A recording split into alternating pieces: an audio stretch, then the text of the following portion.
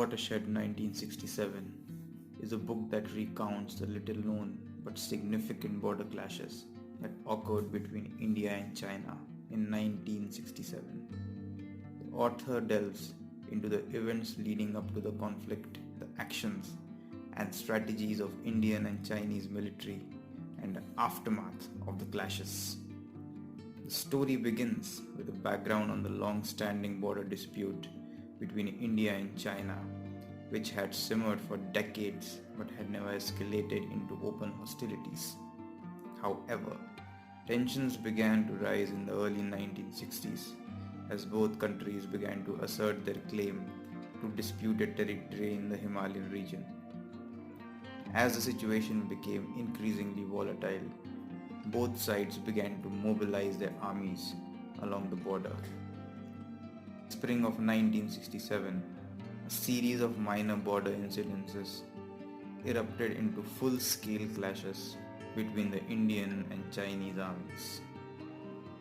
The Indian forces were caught off guard by the sudden Chinese aggression and were initially outmatched by the Chinese troops.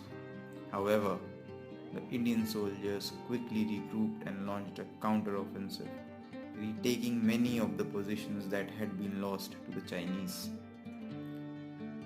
Despite being outnumbered and outgunned, the Indian forces were able to hold their own against the Chinese and even managed to inflict heavy casualties on the Chinese troops.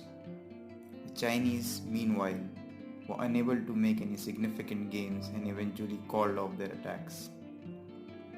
The border clashes ultimately ended in a stalemate, with both sides losing hundreds of soldiers in the fighting.